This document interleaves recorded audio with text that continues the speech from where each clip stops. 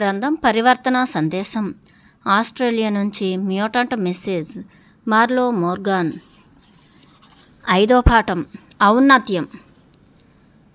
ఈ దేశంలో నన్ను ఆహ్లాదపరచని విషయం ఒకటి ఉంది. అది ఆ దేశపు అసలైన ప్రజలు, ఆదిమవాసులు అని పిలువబడే ఆ ముదురు రంగు వాళ్ళు ఇంకా వివక్షతకు గురవటం. అమెరికన్లు మా దేశీయులను ఎట్లా చూస్తారో వీళ్ళు ఆదిమ జాతులను అలా చూస్తున్నారు. వాళ్ళు నివసించటానికి ఇచ్చిన ఆ వెనుక భాగం ఏమీ విలువలేనిది. ఉత్తర భాగంలో నేల పొదలు పద్మాలతో ఉంటుంది. ఇంకా వాళ్ళది అనిపించే చోటు కూడా జాతీయ పార్కుగా రూపొందించారు కనుక వాళ్ళు దాన్ని యాత్రికులతో పంచుకోవలసి ఉంటుంది. ఆ సాంఘిక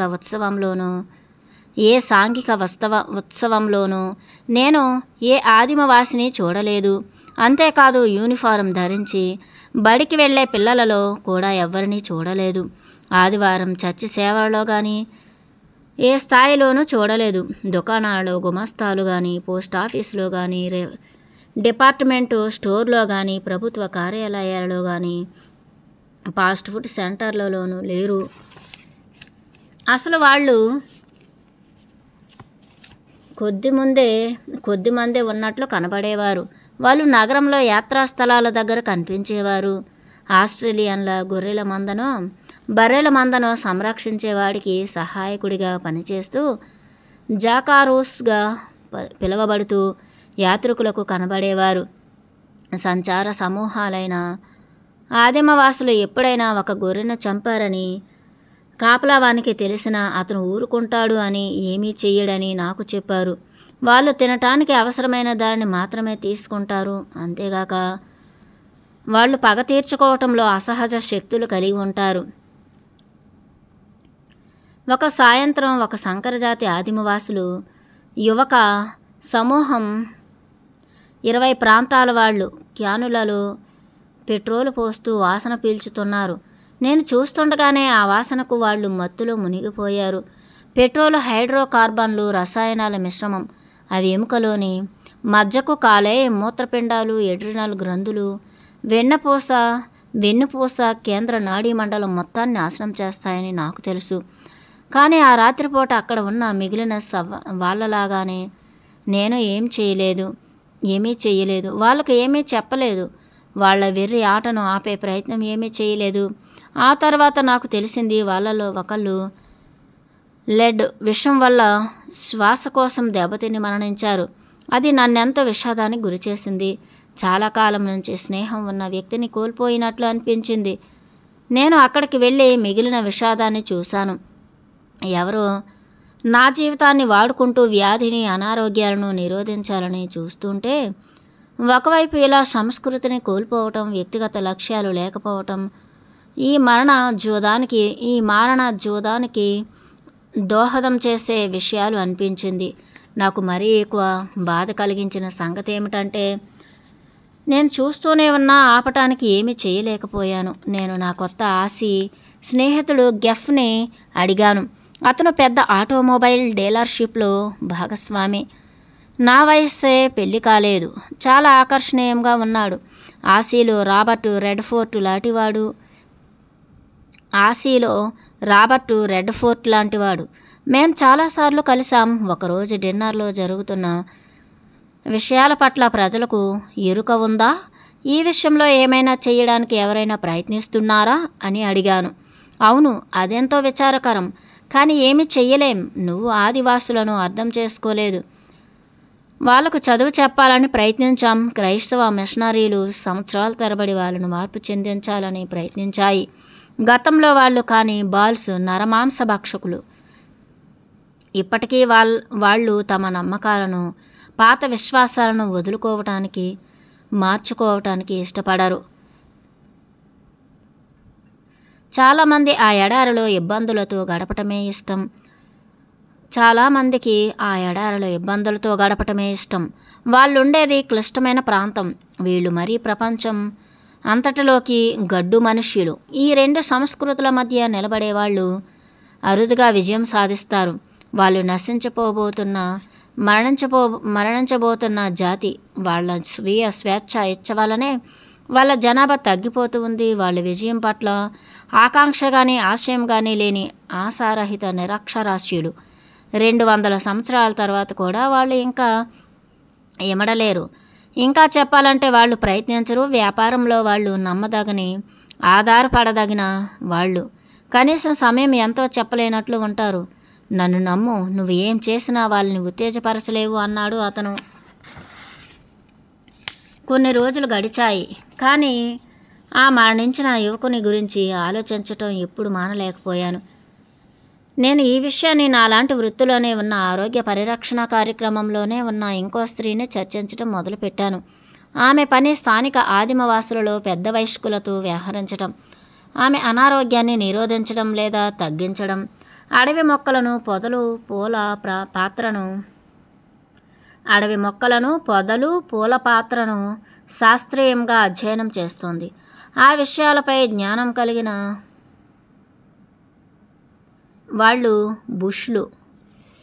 వాళ్ళు ఎక్కువ కాలం జీవించి ఉండటము, శరీరాన్ని శిథిలించేసే వ్యాధులకు అతి తక్కువగా గురి అవటము దానిని తెలియచేస్తోంది.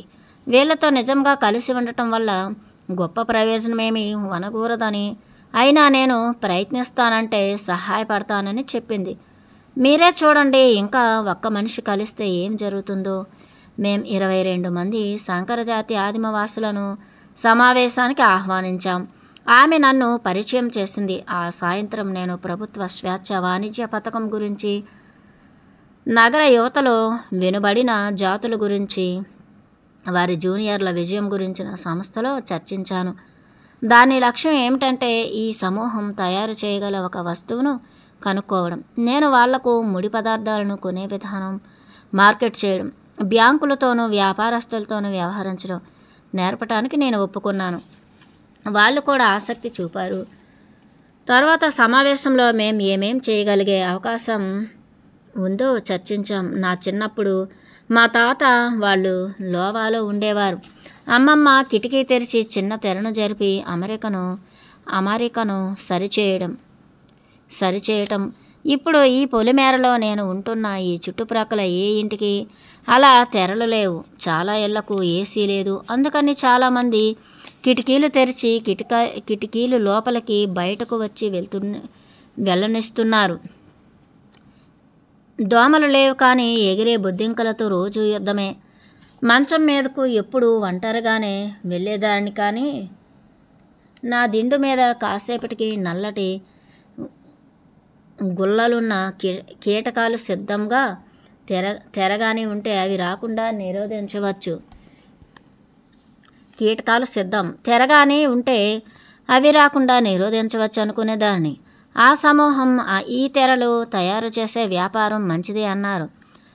ఈ విషయంలో సహాయం అడగటానికి అమెరికాలో నాకొక జంట తెలుసు. అతను ఒక పెద్ద సంస్థలో డిజైన్ ఇంజనీర్, ఆమె కళాకారిణి. నాకేం కావాలో ఒక ఉత్తరం వ్రాస్తే వాళ్ళు నమూనా తయారు చేయగలరని నాకు తెలుసు. 2 వారాల తర్వాత అది వచ్చింది. నీ పెద్దత్త నోలా ముందుగా కావలసినవి కొనుక్కోవటానికి అవసరమైన ధనం సహాయం చేసింది. ఇక మాకు పని చేయటానికి కొంత చోటు అవసరం. ఇక్కడ గారేజీలు లేవు, కానీ కార్పోర్ట్లు ఉన్నాయి. మేము ఒకదానిని సంపాదించి బయటే పనిని ప్రారంభించాం. ప్రతి ఆదిమవాసి యువకుడు తాము సమర్థవంతంగా చేయగల పనిలో మునిగిపోయారు. ఒక పుస్తకాల షాపు యజమాని మాకు కావలసినవి ఇవ్వటానికి, ఇంకో వ్యక్తి మేము కొత్తగా చేస్తున్న ఉత్పత్తి గురించి సరైన లెక్కలు వేయడానికి ఉన్నారు.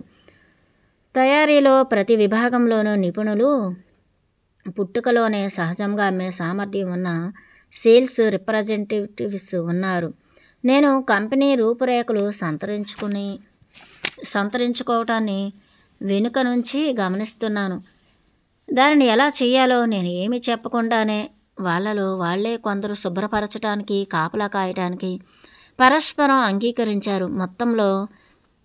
మొత్తంగా పనిలో విజయం సాధించాలంటే చిట్ట చివర ఉత్పత్తి అయిన వస్తువు అమ్మటం ఎంత ముఖ్యమో ఈ పనులు కూడా అంతే ముఖ్యం.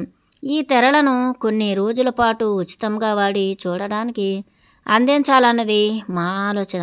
మళ్ళీ మేము వెళ్ళినప్పుడు ఆ తెరల గురించి సంతృప్తి పడితే ఆ వ్యక్తి మాకు డబ్బు చెల్లిస్తాడు. సాధారణంగా మిగిలిన వాటికి మేర ఆర్డరు సంపాదించేవాళ్ళం. నేను వాళ్ళకి పూర్వకాలం అమెరికన్లు అనుసరించిన వాళ్ళు ఎవరైనా ఉంటే చెప్పమని అడగటాన్ని కూడా నేర్పాను. కాలం గడిచింది. నేను పనిచేస్తూ, వ్రాస్తూ, ప్రయాణిస్తూ, బోధిస్తూ, ఉపన్యసిస్తూ రోజులు గడుపుతున్నాను. చాలా సాయంత్రాలు యువకులైన ఆదిమవాసులతో గడుస్తున్నాయి. మొట్టమొదట సమూహం అలాగే ఉండిపోయింది. వాళ్ళ బ్యాంకు అకౌంట్లు నిలకడగా పెరిగాయి. మేము ప్రతి ఒక్కరి కోసము ట్రస్ట్ ఫండ్ను ఏర్పాటు చేశాం. గోఫ్తో ఒక వారాంతపు రోజున మా ప్రణాళికను వివరించి ఆ యువకులు ఆర్థిక స్వాతంత్ర్యం కలిగిన వాళ్ళుగా మారాలన్న నా కోరిక వెలిబుచ్చాను. వాళ్ళు కంపెనీలలో పనిచేయడానికి పనికి రాకపోవచ్చు, కానీ వాళ్ళ దగ్గర డబ్బులుంటే ఏమైనా కొనుక్కోవడం నుంచి ఎవరూ నిరోధించలేరు కదా. వాళ్ళ స్వీయ మొగ్గ తొడగడంలో నా ప్రమేయం కూడా కొంత ఉందిలే. మంచి ఆలోచన చేస్తున్నావు గోఫ్ అన్నాడు. మేం మళ్ళీ కలుసుకున్నప్పుడు కొన్ని చరిత్ర పుస్తకాలు తెచ్చాడు. అతని సాన్నిధ్యంలో ప్రపంచంలో సుందరమైన నౌకాశ్రయాన్ని చూస్తూ ఒక శనివారం మధ్యాహ్నం వాటిని చూస్తూ గడిపాను. డిసెంబర్ 16, 1923న రెవరెండ్ జార్జ్ కింగ్ ఆస్ట్రేలియన్ ఆదిమవాసులు మానవజాతిలో క్రింది స్థాయిలో ఉన్నవాళ్ళని కూడి ఉంది. నిస్సందేహంగా వాళ్లకు తమరైన ఆధారపడదగిన సాంప్రదాయ చరిత్ర ఏమీ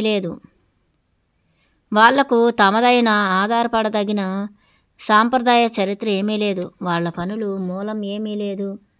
పోనీ ఇప్పుడైనా భూమిపై నుంచి వాళ్ళు అంతరించిపోయే లోపల వాళ్ళ ఉనికికి జ్ఞాపకంగా ఒక కళాత్మక విషయమైనా వదిలి వెళతారా? కాకపోతే వాళ్ళు విశాలమైన ఆస్ట్రేలియన్ సమతలాల్లో చరిత్ర మొదటి రోజుల్లో నడిచి వెళ్ళారని కనిపిస్తుంది, అంతే అన్నారని ఆస్ట్రేలియన్ సర్దో టైమ్స్లో వ్రాసినట్లు చరిత్ర చెబుతోంది. ఆస్ట్రేలియన్ శ్వేతజాతుల వారి ధోరణి గురించి జాన్ బర్లెస్ వ్యాఖ్య ఇంకోటి నేను మీకేదైనా ఇవ్వగలను, కానీ నేను కోరేది ఏది మీ దగ్గర ఉండదు. శాస్త్రీయ అభివృద్ధికి చెందిన ఆస్ట్రేలియన్ న్యూజిలాండ్ అసోసియేషన్ల 14వ సమావేశపు ఎథ్నాలజీ, తెలుగు అభ్యసించే శాస్త్రం, ఆంథ్రోపాలజీ, మానవ వర్ణన శాస్త్రం ఇలా చెప్పింది. ఆఘ్రాణించే అనుభవం అభివృద్ధి చెందలేదు. జ్ఞాపక శక్తి కొంచెమే పెరిగింది. పిల్లల దగ్గర సంకల్ప శక్తి లేదు. మూర్ఖత్వానికి, అసత్యానికి అంటుకుపోయారు. ఉన్నత జాతులులాగా నొప్పితో ఇబ్బంది పడరు. తర్వాత వచ్చిన చరిత్ర పుస్తకంలో ఒక ఆస్ట్రేలియన్ ఆదిమవాసి బాలుని పురుషాంగం క్రింద నరాన్ని రాతి కత్తితో నొప్పి లేకుండా కత్తిరించి వృషణాలను సమత్వంలోకి తేవడం ద్వారా యువకుడిగా మార్చుతారు. పెద్దరికం ఎలా అబ్బుతుందంటే ఒక పవిత్రమైన వ్యక్తి రాయిని ఈడ్చినట్లు ముందు పళ్ళతో తలను కొట్టి ఆపైన చర్మం బంధువులలో మగవారికి భోజనంగా పెట్టి భయంకరంగా రక్తం ఓడుతున్న ఆ వ్యక్తిని ఎడారిలోకి ఒంటరిగా పంపి జీవించగలరని రుజువు చేయటం ద్వారా అబ్బుతుందని వ్రాశారు. వాళ్ళు నరమాంస భక్షకులని, స్త్రీలు ఒక్కోసారి తమ పిల్లలనే సున్నితమైన భాగాలను మరింత ఇష్టంతోనే తినేవారు. ఈ పుస్తకంలో ఒక కథ 2 సోదరుల గురించి చెప్తోంది. ఒక స్త్రీ విషయంలో వచ్చిన విషాదం కారణంగా చిన్నవారు పెద్దవాడిని పొడిచాడు. తన కుళ్ళిపోయిన కాలును తానే స్వయంగా నరుక్కుని చిన్నవాడి కళ్ళను పొడి చేశాడు. ఆ తర్వాత వాళ్ళు ఆనందంగా జీవించారు. ఒకడు కంగారుగా వెనుక నడుస్తూ రెండో వాడికి కర్రతో దారి చూపించేవాడు. ఆ సమాచారం విసుగు పుట్టించింది. కానీ ఒక నమ్మశక్యంగాని సంగతి ప్రభుత్వ సమాచారంలో ఉంది. అది ఆ ఆదిమవాసులకు మిగిలిన వాళ్ళకంటే నొప్పి ఆలస్యంగా మొదలవుతుంది. నా పథకపు సహచరులు క్రూరులు కాదు. వాళ్ళు ఇంట్లో అననుకూలమైన పరిస్థితులున్న యువకులతో పోల్చదగినవారు. వాళ్ళు సంఘం నుంచి వేరు చేయబడిన వారితో జీవిస్తారు. వాళ్ళు కుటుంబాలలో సగం భిక్షుకులు. అసలు వాళ్ళు సెకండ్ హ్యాండ్ లెవీస్లుగా ఒక చిన్న బీరు సీసా కాస్త పెద్దదిగా చేస్తున్న జీవితంలో స్థిరపడిపోయారని నాకు అనిపించింది. తర్వాత సోమవారం తెర తయారు చేసే పనిలో వ్యాపార ప్రపంచానికి విరుద్ధంగా నేను పోటీ లేని న్యాయమైన ప్రోత్సాహాన్ని అందుకుంటున్నానని గుర్తించాను. అది ఎంతో హాయిగొల్పింది. నేను ఆ యువ ఉద్యోగులను వాళ్ళ వారసత్వం గురించి అడిగాను. వాళ్ళు చాలా కాలం క్రితమే జాతుల ప్రాధాన్యత తగ్గిపోయిందని చెప్పారు. అతి కొద్ది మందికి మాత్రం ఈ ఖండంలో ఆదిమవాసులు మాత్రమే ఉన్నప్పుడు జీవితం ఎలా ఉండేదో వాళ్ళ తాతలు చెప్పిన సంగతులు గుర్తున్నాయి.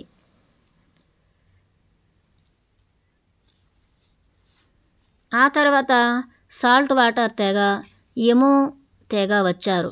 కానీ వాళ్ళు తమ నల్లటి చర్మాన్ని, దానివల్ల వాళ్ళు వేరుగా ఉన్న భావాన్ని గుర్తు తెచ్చుకోవటం వాళ్ళకు నిజంగా ఇష్టం లేదు. వాళ్ళు లేత వర్ణం ఉన్న వాళ్ళను పెళ్లి చేసుకోవాలనుకున్నారు. అప్పుడు వాళ్ళ పిల్లలు క్రమంగా కలిసిపోతారు కదా అని.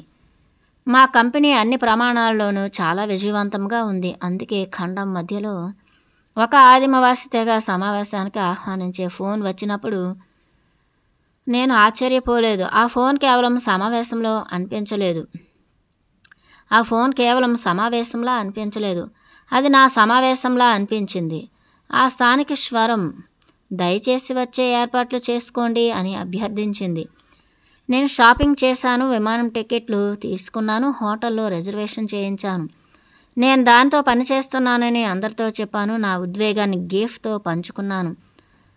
మా ఇంటి యజమానురాలితోనూ నా కూతురికి ఉత్తరం వ్రాసి ఎంతో దూరంగా ఉన్న మనుష్యులు మన ప్రణాళిక గురించి తెలుసుకుని తమ అభినందనలను అందజేయాలనుకోవటం, ఎంతో గౌరవం పొందటం.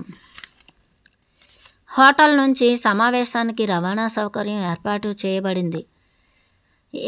చేయబడుతుందని చెప్పారు. వాళ్ళు మధ్యాహ్నం నన్ను తీసుకువెళ్ళాలి అంటే తప్పనిసరిగా మధ్యాహ్న భోజనంతో కూడిన అవార్డు అయి ఉంటుంది. మధ్యాహ్నం ఏం పెడతారా అని ఆలోచించాను. సరే, ఖచ్చితంగా 12ంటికి ఊట అక్కడ ఉన్నాడు. కానీ ఆదిమవాసులు ఏం పెడతారు అన్న ప్రశ్నకు ఇంకా సమాధానం లభించలేదు. 6వ పాఠం విందు. చెప్పటానికి వీలులేని ఆ స్వస్థత మిశ్రమం ఆకులను వేడి చేసి రసం తీసి తయారు చేస్తారు. అది చాలా బాగా పనిచేసి నా పాదం హాయిని పొంది నేను మళ్ళీ లేచి నిలబడగలనన్న ఆలోచన వచ్చింది. నా కుడివైపున ఏదో ఒక పనిని క్రమంలో చేస్తున్నారు. వాళ్ళు పెద్ద ఆకులను ఏరుతున్నారు. ఒక స్త్రీ పెద్ద కర్రతో ఎండిన చెట్లను దులుపుకుంటూ పోతే ఇంకొకళ్ళు గుప్పెట నిండా ఏదో తీసి ఆ ఆకు మీద చల్లుతున్నారు. తర్వాత ఇంకో ఆకును దానిపైన ఉంచి మడత పెడుతున్నారు. దాన్ని పరిగెత్తుతున్న వ్యక్తికి ఇస్తే వాళ్ళు నిప్పు దగ్గరకు తీసుకుపోయి బొగ్గులో వేస్తున్నారు. నాకు చాలా ఆసక్తి అనిపించింది. ఇది మేం మొదటిసారిగా కలిసి భోజనం చేయటం. నేను వారాల తరబడి ఆశ్చర్యంగా ఎదురు చూసిన వంటకాలు. నేను ఇంకోసారి గాఢంగా నిట్టూర్చాను. ఎన్నోసార్లు నేను దారి తప్పిపోయాను. కానీ ఇవాళ నోటమాట రాకుండా అయిపోయాను. ఒకటి మాత్రం సత్యం, నేను ఏది పడితే అది తినేటంత ఆకలితో మాత్రం ఎప్పుడూ ఉండను. ఆ క్షణంలో నేను ఒక పాఠం నేర్చుకున్నాను. ఎప్పుడూ వద్దు అనవద్దు. ఇవాల్టి వరకు నా పదజాలం నుంచి తీసివేయటానికి ప్రయత్నించిన మాట అది. నాకు ఒక విషయం బోధపడింది. కొన్ని నేను ఇష్టపడే విషయాలు ఉన్నాయని, కొన్ని తప్పించుకునేవి ఉన్నాయని, కానీ ఎప్పుడు అనే మాట మనం అనుకోని పరిస్థితులకు అన్వయిస్తోందని, అంతేకాక ఎప్పుడు అనేది చాలా చాలా కాలానికి వర్తిస్తుందని. ఆదిమవాసులతో గడిపే సాయంత్రాలు ఎంతో ఆనందంగా ఉండాలి. నిజంగా వాళ్ళు కథలు చెప్పారు, పాటలు పాడారు, ఆటలు ఆడారు, నాట్యం చేశారు, హృదయం విప్పి మాట్లాడారు. నిజంగా మేం ఆత్మీయతను పంచుకున్నాం. ఆహారం తయారయ్యే లోపల ఏదో ఒకటి చేసేవాళ్ళం. చాలాసేపు కాళ్ళు పట్టడమో, పరస్పరం భుజాలు నొక్కడమో, వీపు నెమరడమో, తల నొక్కడమో ఏదో ఒకటి చేసేవాళ్ళు. మెడ వెన్ను మర్దన చేయటం కూడా చూశాను. తర్వాత మేం పరస్పరం మా పద్ధతులను మార్చుకున్నాం. నేను వాళ్లకు అమెరికన్ల విధానంలో మెడను, ఇతర కీళ్లను సర్దుబాటు చేయడం నేర్పితే వాళ్ళు మాకు వాళ్ళ చిట్కాలు నేర్పారు. మొదటి రోజు కప్పులు, ప్లేట్లు, గ్లాసులు, గిన్నెలు ఏవి తీయటం నేను చూడలేదు. నేను సరిగ్గానే ఊహించాను. ఇది పిక్నిక్లోలాగా తినటం కోసం, అలా ఉండటం కోసం కృత్రిమత్వం లేని వాతావరణం. ఆ బొగ్గులో నుంచి ఆకులు చుట్టిన పదార్థాలు తీసి ఎంతసేపు అవలేదు. దానిలో నుంచి నాకు ఒక దానితో ఎంతో భక్తిగా ఇప్పించారు. నేను ప్రతి వాళ్ళు తమ ఆకును విప్పి వ్రేళ్లతో తినటం చూశాను. నా చేతిలో ఉన్న ఆకు వేడిగా ఉంది, కానీ కాలటం లేదు. అందుకే ధైర్యం చేసి లోపలికి చూశాను. పర్వాలేదు, నేను దీనిని తినగలను అనుకున్నాను. నాలో నేను తిన్నాను. రుచిగానే ఉంది. ఆ రకంగా వండకం నాకు తెలీదు. నిజంగా గుర్తింపు పొందని గొప్ప వంట నా కోసం చేయబడింది. అది సాధారణంగా లభించేది కాదు. నగరాలలో నివసిస్తున్న ఆదిమవాసులలో నేను చేస్తున్న పని నమోదు చేయబడిందని ఆ రాత్రి నాకు వివరించబడింది. ఈ సిద్ధ యువకులు పూర్తిగా స్థానికులు, ఈ తెగకు చెందినవారు కాకపోయినప్పటికీ నా పని నిజంగా శ్రద్ధ తీసుకుంటున్నట్లు ప్రదర్శితమైంది. ఆ లేఖ ఎందుకు వచ్చిందంటే, వాళ్లకు నేను సహాయం కోసం ఏడుస్తున్నట్లు కనిపించటం వలన.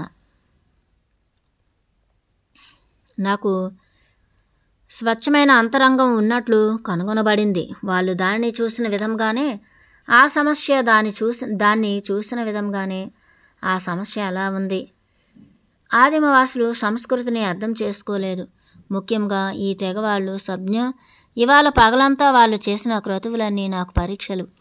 మానవులకు మనం ప్రపంచంతో ఉండే నిజమైన సంబంధాన్ని, దీనిని దాటిన తర్వాత లోకంతో ఉండే సంబంధాన్ని, మనం వచ్చిన పరిమాణం గురించి, మనమందరం వెళ్ళవలసిన పరిమాణం గురించిన జ్ఞానాన్ని తెలుసుకోగల స్థాయిని కలిగి అనుమతించబడ్డానని నేను కనుగొన్నాను. నేను నా స్వీయ ఉనికిని అవగతం చేసుకోవడంలో వెలికి తీసుకురాబడ్డాను.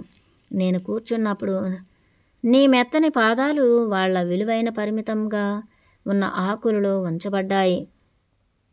ఈ ఎడారి సంచార జీవులకు నాతో కలిసి నడవటం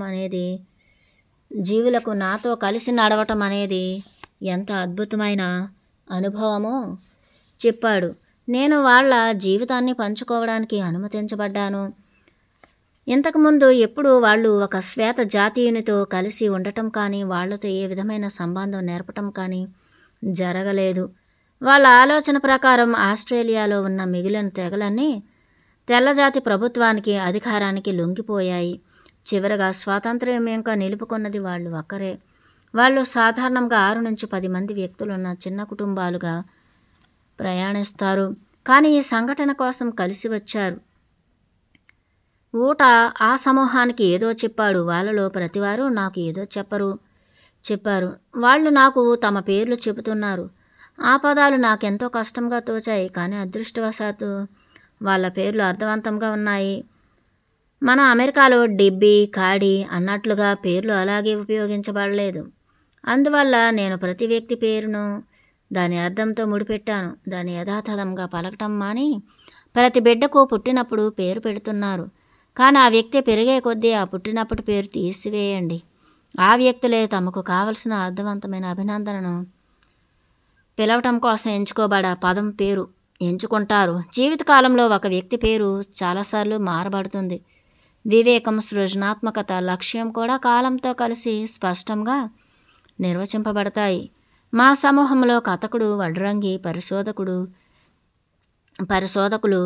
దర్జీ, గాయకుడు లాంటివి కొన్ని పేర్లు. చివరకు ఊట నన్ను చూపిస్తూ ప్రతి ఒక్కరితోనూ అదే మాట మళ్ళీ చెప్తూ మాట్లాడాడు. ముందుగా వాళ్ళు నా పేరులో మొదటి భాగం ఉచ్చరించే ప్రయత్నం చేస్తున్నారని, చివరకు పేరులో వెనుక భాగంలో పిలవాలని నిశ్చయించుకున్నారని అనుకున్నాను. కానీ అదేమీ కాదు. వాళ్ళు ఆ రాత్రి నా కోసం ఉపయోగించిన మాట. ఆ ప్రయాణంలో నేను కొనసాగించిన పేరు మ్యూటెంట్. ఊట మా 2 భాషలలోనూ మాట్లాడగలిగినవాడు. ఎందుకు అంత కొత్త పేరును వాళ్లకు సూచించాడో నాకు అర్థం కాలేదు. మ్యూటెంట్ అంటే నా వరకు మూల నిర్మాణంలో ప్రాధాన్యత కలిగిన మార్పు. ఇక ఎంత మాత్రమూ ఆ మూల నిర్మాణం ఉండకుండా జన్యు మార్పిడి రూపంలో ఫలిస్తుంది. కానీ వాస్తవంలో నిజానికి అది పట్టించుకోవాల్సిన విషయం కాదు. ఎందుకంటే ఆ క్షణంలో, ఆ రోజంతా, నా జీవితం అంతా పూర్తి సందిగ్ధతతో ఉంది. కొన్ని ఆదిమ జాతుల్లో వాళ్ళు కేవలం 8 పేర్లు ఉపయోగిస్తారని సంఖ్యలలాగా ఊటా చెప్పాడు. ఒకే తరంగానికి చెంది ఒకే లింగానికి చెందిన వాళ్ళు ఒకే బంధుత్వంగా పరిగణింపబడతారు. కనుక ప్రతి ఒక్కరికి ఎందరో తల్లులు, తండ్రులు, సోదరులు అలా ఉంటారు. బాగా పొద్దుపోయిన తర్వాత బయటకు పోయేదారి ఏమిటి అని అడిగాను నేను. అప్పుడు నేను నా కూతురు పిల్ల జ్యూక్తో సన్నిహితంగా ఉన్నట్లు అనుకున్నాను. మేం బయటకు పోయే సౌకర్యం దానిలానే ఉంది కనుక ఇసుకలో కొంత గుంటను తవ్వి కాలకృత్యం తీరిన తర్వాత మళ్ళీ దానిపైన ఇసుకతో పోయటం. పాములు ఉంటాయి, జాగ్రత్త అని చెప్పారు. ఎండ తీవ్రత తగ్గిన తర్వాత రాత్రి అవటానికి ముందు చాలా చురుకుగా ఉన్నారు. నా చర్యల వలన ఇసుక నుండి క్రూరమైన చూపులు, విషపూరిత నీలుకలు తొంగి చూసినట్లు అనిపించింది. నేను యూరోప్లో ప్రయాణించేటప్పుడు టాయిలెట్ పేపర్ సరిగా లేదని ఫిర్యాదు చేశాను. దక్షిణ అమెరికాకు నేను స్వతంత్రంగా పట్టుకు వెళ్ళాను. అసలు ఇక్కడ ఆ పేపరే లేకపోవటం శోచనీయం. ఏడాదితో నా పని పూర్తయిన తర్వాత తిరిగి వచ్చి మేం ఆదివాసుల సామూహిక సంచి నుంచి స్టోన్ టీని పంచుకున్నాం. వేడి రాళ్లను విలువైన నీటిలో వేయడం ద్వారా దాన్ని తయారు చేస్తారు. అసలు ఆ సంచి నిజంగా ఒక జంతువుకు మూత్రాశయంగా పనిచేస్తుంది. ఆ వేడి నీళ్లకు కొన్ని పొదల నుంచి తీసిన పుల్లలు వేసి కాసేపు మునిగేదాకా ఉంచారు. సరిగా తయారవటానికి ఆ ఒకే ఒక పాత్రనే అందరము ముందు వెనుక పంచుకున్నాం. దాని రుచి అత్యద్భుతం. ఆ స్టోన్ టీని ప్రత్యేక సందర్భాల కోసం దాచి ఉంచుతారని, అంటే మొదటిసారిగా నేను నడవటం జరిగినందుకు ఉత్సాహంగా అది పంచారు అని కనుక్కున్నారు. బూట్లు లేకుండా ఆ ఎండలో ఏ వాహనము లేకుండా నడవటం నాకు ఎంత కష్టమో వాళ్ళు గుర్తించారు. ఆ నీళ్ళలో వేయబడిన కొమ్మలు రుచి కోసమో, మందులు పనిచేయటం కోసమో, బలం కోసమో కాదు. అది ఒక ఉత్సవం కోసం సామూహిక సాధనను గుర్తించటంలో ఒక మార్గం. నేను నగరానికి తిరిగి రావాలి అన్న కోరికను వదులుకోలేదు. అలాగని ఉండటానికి ఏడవనో లేదు. వాళ్ళ ఆదిమవాసి ఆత్మ నా ద్వారా గ్రహించబడిందని వాళ్ళు అనుకున్నారు. వాళ్ళు ఆ ఇసుకలో స్థలాన్ని శుభ్రం చేయటం మొదలుపెట్టారు. ఆ పాదాల వంటివి తీసుకుని ఒక వృద్ధ స్త్రీ సాయంత్రం నుంచి నన్ను గుడ్లప్పగించి చూస్తూనే ఉంది నిర్విరామంగా.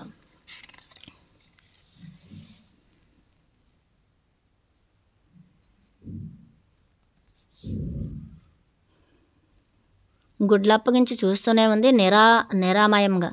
ఆవిడ ఏం ఆలోచిస్తోంది? నేను ఓటాను అడిగాను. నువ్వు పువ్వులను వాసన చూసే సామర్థ్యం కోల్పోయావని, బహుశా నువ్వెక్కడో బయట నుంచి వచ్చావని నేను నవ్వాను. దాంతో ఆమె నా సంచిని నాకు ఇచ్చింది. ఆమె పేరు దర్జీ, స్యూయింగ్ ఉమెన్. అది డింగో. ఓటా సూచించాడు. డింగో ఆస్ట్రేలియాలో వేటకొక్క. అంటే మన తోడేలుతోనో కోయోటానో పోల్చదగింది. దాన్ని వివిధ రకాలుగా ఉపయోగించుకోవచ్చు. నేల మీద వేసుకుని కూర్చోవచ్చు, కప్పుకోవచ్చు, లేదా తలను సౌకర్యంగా ఉంచడానికి వాడుకోవచ్చు. బాగానే ఉంది. నా శరీరంలో 24 అంగుళాల మేర సౌకర్యవంతంగా ఉంచుకోవాలి. దాన్నే నాకు నా ప్రక్కన ప్రాకుతున్న పురుగుల నుంచి రక్షించుకోవాలనుకున్నాను. నేను నేల మీద నిద్రపోయి కొన్ని సంవత్సరాలై ఉంటుంది. కాలిఫోర్నియాలోని మొజావే ఎడారిలో బాగా చిన్నప్పుడు ఒక రాతి మీద పడుకునేదాన్ని. మేము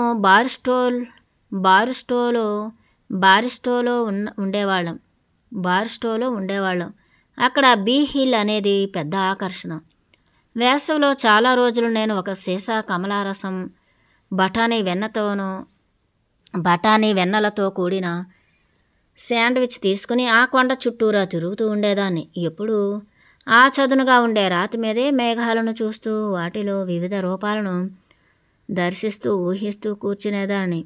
బాల్యం గడిచిపోయి చాలా కాలం అయిపోయినట్లుంది. కానీ ఎంత విచిత్రమో చూడు, ఆ ఆకాశం మాత్రం అలానే ఉంది. సంవత్సరాల తరబడి వెలుగులీనే శరీరాల వైపు నేను దృష్టి పెట్టనే లేదు. ఆ పైన వెండి జలదారు అంచున్న పాలపొంత ఉంది. ఆస్ట్రేలియా పతాకంపై ఉన్న దృశ్యం సదర్న్ క్రాస్ని ప్రతిబింబిస్తూ. నేను నెమ్మదిగా నడుం వాల్చి నా సాహసం గురించి ఆలోచించసాగాను. ఇవాళ సంభవించిన దానిని నేను ఎప్పుడైనా ఎలా వర్ణించగలను? నాకు ఎప్పుడూ తెలియని ఉనికిలో ఉందని అనుకోని ఒక ప్రపంచంలోకి తలుపు తెరవబడి ప్రవేశించాను. అది ఖచ్చితంగా విలాసాలతో కూడినది కాదు. నేను ఎన్నో దేశాలలో పర్యటించి ఎన్నో ప్రాంతాలలో నివసించాను.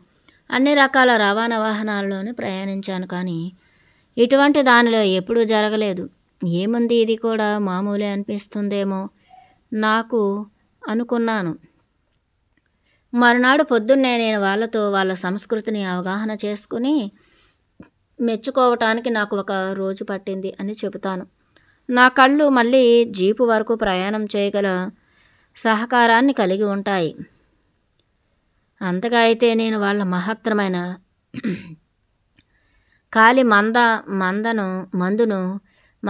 ఖాళీ మందును కొంచెం తీసుకువెళ్తాను. అది నిజంగానే పనిచేసింది. ఈ జీవిత విధానపు నమూనా రుచి ఈ మాత్రం చాలు నాకు. నా కాళ్ళు ఎంత బాధకు గురైనా ఇవాళ చెడ్డ రోజు అనిపించలేదు. ఒకసారి క్రొత్త ప్రాచుర్యం లేని ప్రాంతంలో మనుష్యులు ఎలా జీవిస్తున్నారు అని తెలుసుకోగలగటం నాకు గొప్పగానే ఉంది. మానవ హృదయాల్లో రక్తానికి మించినదేదో ప్రసరిస్తోందని నేను చూడటం మొదలుపెట్టాను. నేను కళ్ళు మూసుకుని నిశ్శబ్దంగా పైన గల శక్తికి కృతజ్ఞతలు తెలిపాను. మా విడిదికి కాస్త దూరంగా ఉన్న విడిది నుంచి ఎవరో ఏదో చెప్పారు. అది ఆ మొదటి వాళ్ళు. తరువాత ఇంకొకరు మళ్ళీ చెప్పారు. వాళ్ళు ఒకళ్ళ నుంచి ఒకళ్ళకు ఆ వార్తను అందించుకుంటూ అదే మాట అంటున్నారు. ఒకళ్ళ నుంచి ఆ ప్రక్కన వాళ్ళు. చివరకు ఆ మాట ఊట వరకు వచ్చింది. అతని పక్క నాకు దగ్గరగా ఉంది. అతను ఈరోజు మంచి రోజు, నీకు స్వాగతం అని చెప్పాడు. నేను నిశ్శబ్దంగా అనుకున్న మాటలకు వాళ్ళ సమాధానం విని నేను నిశ్చేష్టత పొందాను. కృతజ్ఞతలు, మీ అభినందనలు స్వీకరిస్తున్నాను అని బిగ్గరగా అరిచి చెప్పాను రెండోసారి.